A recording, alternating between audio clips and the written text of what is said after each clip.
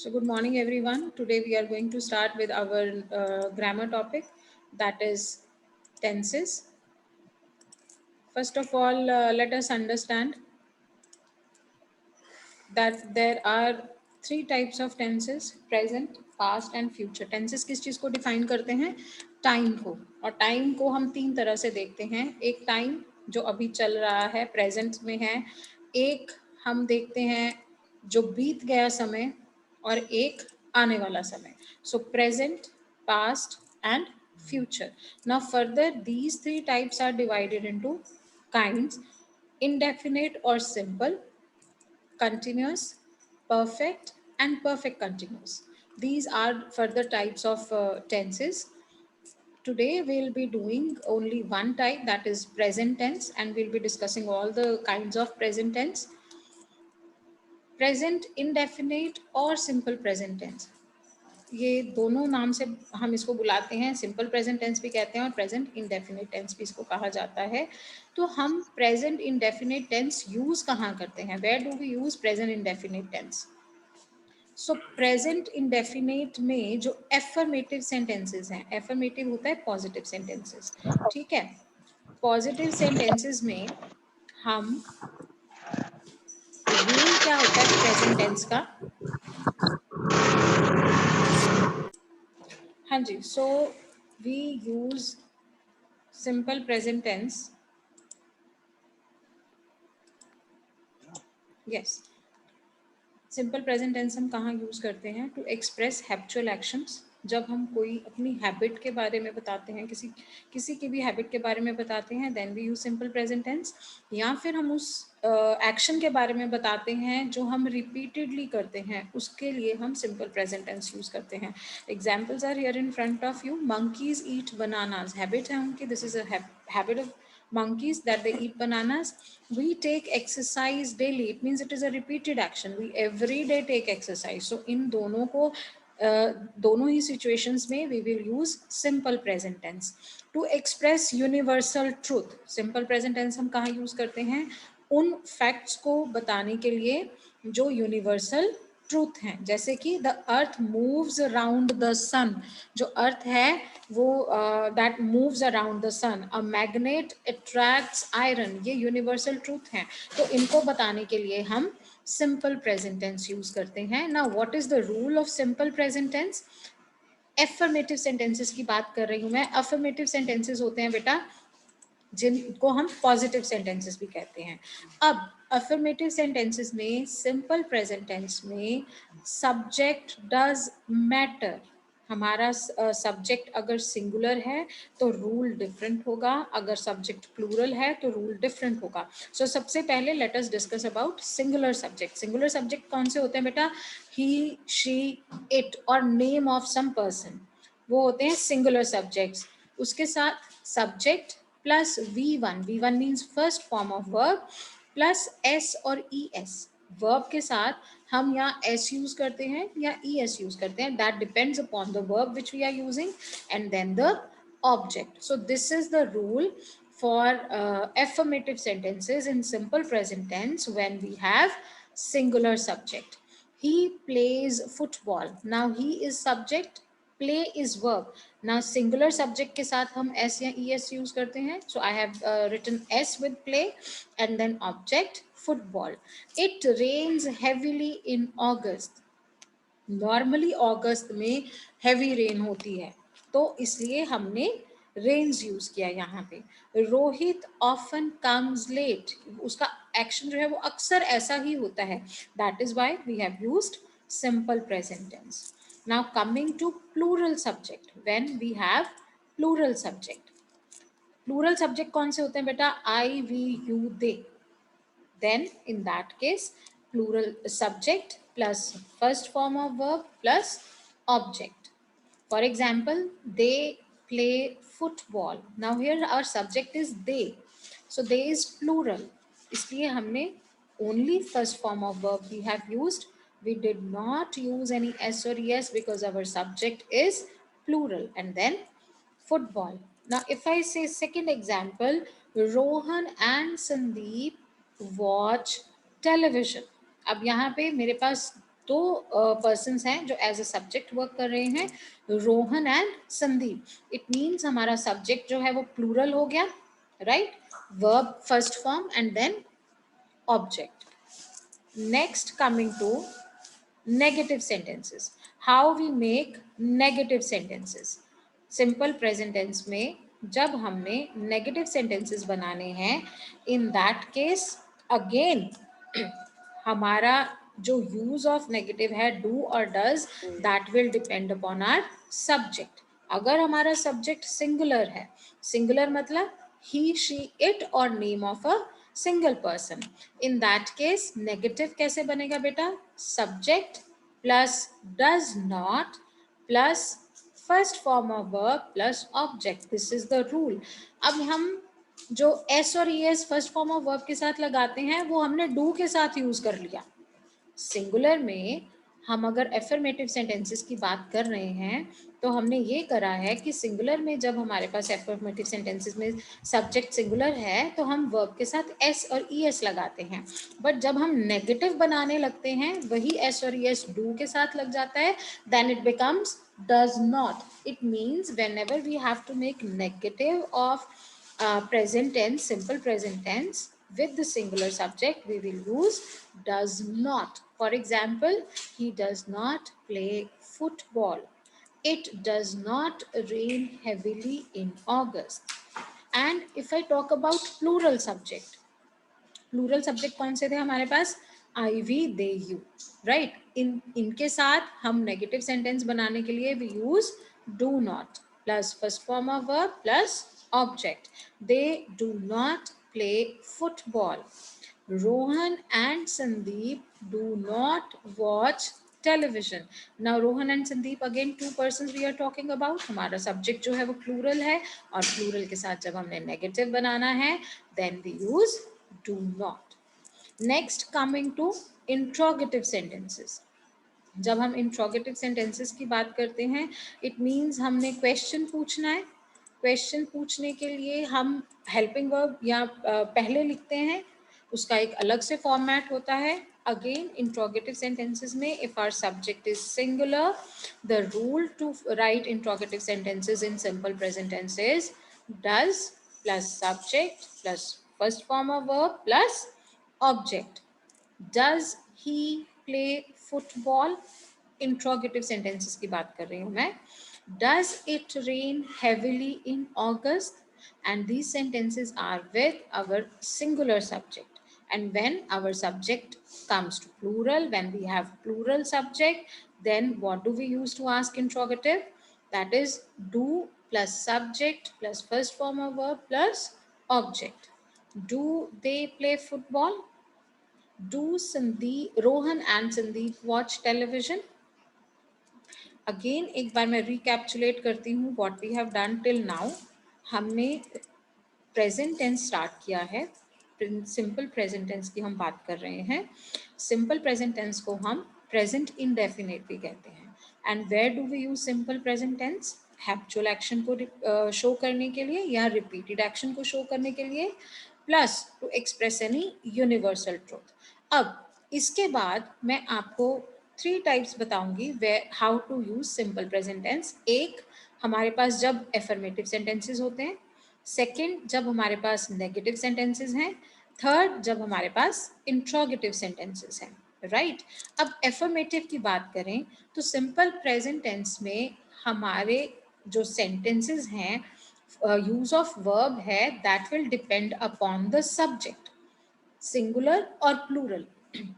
अगर हमारा subject singular है बेटे तो हमारा use of verb is different. अगर हमारा सब्जेक्ट प्लूरल है then use of verb is different. So affirmative sentences में अगर हमारा सब्जेक्ट सिंगुलर है तो हम फर्स्ट फॉर्म ऑफ वर्ब के साथ एस और ई एस यूज करते हैं, राइट. अगर हमारा सब्जेक्ट प्लूरल है तो हम सिर्फ first form of verb use करते हैं, हम कोई एस ई एस वर्ब के साथ यूज नहीं करते.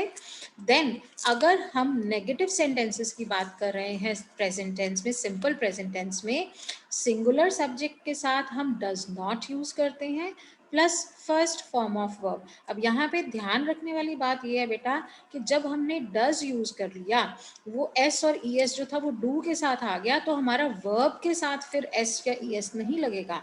If you say he does not plays football, then that sentence will be wrong, right. तो हमारा sentence he does not play football is correct, क्योंकि वो जो एस और एस वर्ब के साथ था वो अब हमारा डू के साथ आके डज बन गया यहाँ पे। Again when our subject is plural, in that case in negative sentences we use do not. Now coming to interrogative sentences, interrogative sentences में भी यूज ऑफ डू और डज है, बट उसका जो रूल है that is little bit different. Singular subject के साथ हम पहले डज यूज करेंगे, we write does then subject first form of verb and object, and for plural we use do plus subject plus first form of verb plus object. So ये हमारे जो simple present tense के सारे sentence types negative interrogative cover होते हैं। Now moving to second kind, that is present continuous tense. अब हम present continuous tense where do we use? Right? Present continuous tense is used to express an action going on at the time of speaking. बोलने के time पे वो action जो है वो continue होता है। जैसे अभी राइट नाउ का एग्जाम्पल दूं मैं, तो I am speaking, the action is still going on. You are studying, the action is still going on, action है वो अभी भी चल रहा है। सो दिस उसको जो एक्शन कंटिन्यूशन में है उसको एक्सप्रेस करने के लिए हम प्रेजेंट कंटिन्यूस टेंस यूज करते हैं। Examples are in front of you. I am writing a letter. It is raining heavily. Children are playing in the garden. Now, what is the rule to write present continuous tense? Again, we will talk about affirmative sentences. Ab affirmative sentences में subject plus is am are plus V1 plus ing plus object. अब is am are जो helping verbs हैं, these are called helping verbs, इनके साथ first form of verb और verb के साथ ing। अब हम is कहाँ यूज करते हैं? जब हमारा सब्जेक्ट सिंगुलर है। You can see in the example, हमारे पास सब्जेक्ट she है, तो we have used helping verb is, right is the first form of verb, we have added ing with it, and then the object, a letter. Where do we use am? Am is used with I only. I के साथ हम हमेशा am use करते हैं। Rest the rule remains same. I am cooking food. Cook is the verb, first form of verb plus ing. Next, they are singing songs. Again, they हमारा plural subject हो गया, तो plural के साथ हम क्या use करते हैं? Helping verb are. Sing is the first form of verb and we have added ing with it. Now, how to make negative in present continuous tense? Negative का मतलब हमने नॉट ऐड कर देना है, ठीक है। जब हम किसी और टेंस की बात करते हैं except for simple present and simple past tense, हमें नेगेटिव बनाने के लिए नॉट ऐड करना होता है सेंटेंस में, but position of not is very important. Where do we add not? Subject plus is not, am not, are not. Again, helping verb will depend upon the subject. जैसा हमारा subject है वैसा ही helping verb हम pick करेंगे, plus first form of verb ing plus object. That is, she is not writing a letter. I am not cooking food. They are not singing songs. Right? Now, how to make interrogative in present tense, in present continuous tense? Again, हमें पता है कि जब हमने interrogative बनाना है, we will pick the helping verb and we will place helping verb before the subject. अब continuous tense में, present continuous tense में हमारे पास helping verbs कौन से होते हैं? is, am, are. तो हमने is, am, are में से जौन सा भी helping verb is required वो हम पहले लिखेंगे, then the subject, first form of verb ing plus object, and then we put question mark. क्योंकि हम interrogative sentences बना रहे हैं, it is important to put question mark. So examples are here in front of you. Is she writing a letter? Am I cooking food? Are they singing songs? So with all the helping verbs and with different subjects, examples are here in front of you, right? So in present continuous tense, we have talked about affirmative sentences, we have talked about negative sentences, and we have discussed interrogative sentences. Now moving to the next type, that is present perfect tense, right? Present perfect tense हम कहाँ use करते हैं? It is used to express an action that has been completed recently, जिसको हमने recently complete किया है action को, उस को express करने के लिए हम present perfect tense use करते हैं. For example, I have just received a message, कि मुझे अभी अभी message मिला है.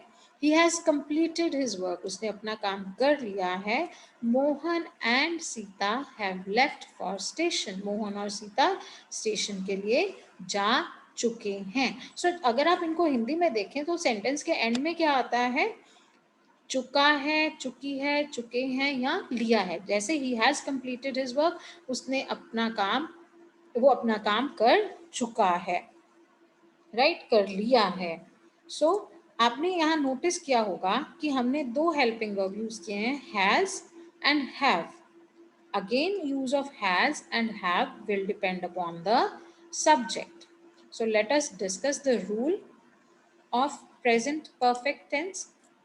Again, affirmative sentences की बात करें जिसमें हमारे पास subject singular है. Singular subject means he, she, it or name of any person. So subject plus has plus third form of verb. V3 is third form of verb plus object. So example is here in front of you. She has won the match. Now she subject हमारा singular था, हमने helping verb has use किया, one is third form of verb and then we wrote object. Rama has solved all the sums. Now Rama is a name of a person. एक ही person का name है, singular person है. तो अगर दो लोगों के नाम आ जाएंगे तो वो हमारा subject plural बन जाएगा. बट यहाँ पे एक ही person का नाम है तो हमारा subject क्या है? Singular. Rama has solved all the sums. Now if our subject is plural, in that case, sorry, yes, in that case, subject plus have plus V3 plus object. They have won the match. Rama and Riya have solved all the sums. Again, you can see that here the subject is plural. So we have used have as helping verb and third form of verb is one. Right? So ये था हमारा rule of simple present tense when we talk about affirmative sentences. Then if I say negative sentences, simply we have to add not. Again, the position of not matters. So rule is subject plus has not plus V3 plus object. Has के बाद, has या have मतलब जो भी helping verb आप use कर रहे हैं उसके बाद आप नॉट प्लेस करते हैं and then you write third form of the verb. Again अगर हमारा सब्जेक्ट प्लूरल हो गया तो हम हैव यूज करेंगे. They have not won the match. Now Rama and Riya, again two persons we are talking about, तो हमारा हेल्पिंग वर्ब क्या है? Have. And what is the position of not? Position of not is between the helping verb and the main verb. Have helping verb है, solved main verb है, तो not हमने कहाँ place किया? Between the helping verb and the main verb.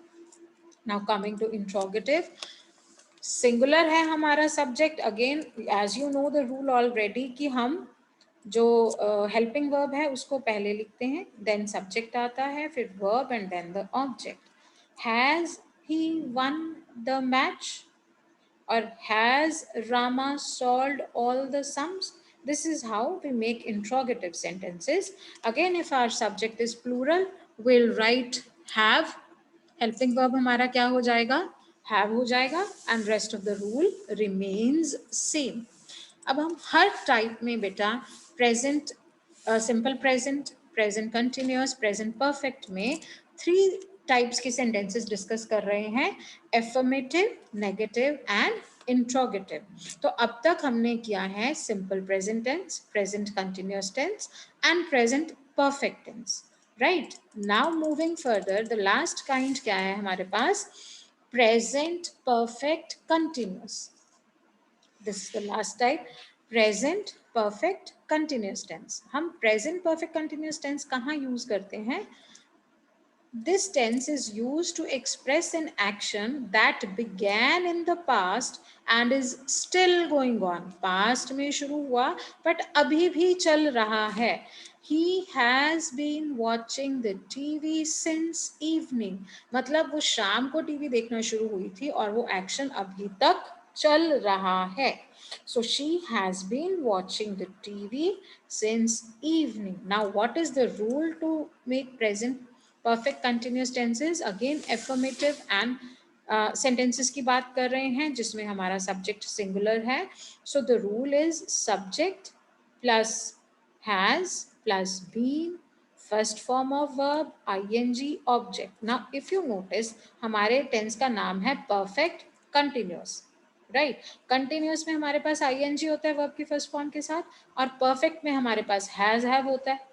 Right तो अब perfect continuous बनाने के लिए हमने ऐड कर दिया बीन. तो हमारा रूल क्या है?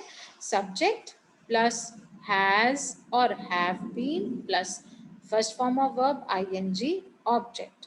बट यहाँ पे आपको जो ध्यान देने वाली बात यह है use of since and for. आप कहाँ सिंस यूज करते हैं, कहाँ फॉर यूज करते हैं. अब आप ये एग्जाम्पल देखें जहां हमारे पास फिक्स टाइम आ गया, पॉइंट ऑफ टाइम की बात हो रही है, वहां हम सिंस यूज करते हैं. जहां पे पीरियड ऑफ टाइम की बात हो रही है वहां पे हम फॉर यूज कर रहे हैं. Further I will explain it more to you. Now coming to the plural subject. Right जब हमारा सब्जेक्ट प्लूरल है इन दैट केस हम हैज की प्लेस पे हैव बीन यूज करते हैं. We use have been in place of has जब हमारा subject is plural. Now they plural है हमारा subject, Rama and Riya plural है तो हमने यूज किया have been. Rest the rule we have followed. Rama and Riya have been solving all the sums. Now to again note यही है हमारा since is used with point of time and for is used with period of time. Point of time means 5 o'clock, period of time for 2 hours, for 3 hours. अब note क्या है? Time is given in perfect continuous tense. What is the difference between present continuous and present perfect continuous? जो continuous tense होगा present continuous tense उसमें आपके पास time given नहीं होगा but present perfect continuous tense में टाइम इज गिवन. जैसे यहाँ पे है 5 बजे से, शाम से. So this is the difference between present continuous and present perfect continuous. Perfect continuous में हमारे पास time is given. Right now coming to next that is negative sentences. Again the position of not matters, बाकी सारा rule remains the same. Subject plus has not been plus first form of verb ing object. Now has not been will be used with the singular subject and have not been will be used with the plural subject. Right position of not is after your helping verb. Examples are here in front of you of negative also. Next, moving on to interrogative sentences. Interrogative mein again, as you know that we keep helping verb out. We write helping verb before the subject.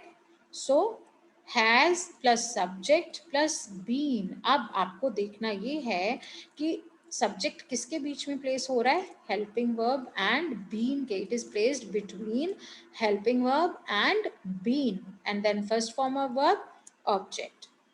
Right यहाँ पे ing is missing बेटा. First form of verb plus ing plus object. So has she been playing since 5 o'clock. Right again time is given. Has Rama been solving all the sums for 2 hours? Clear.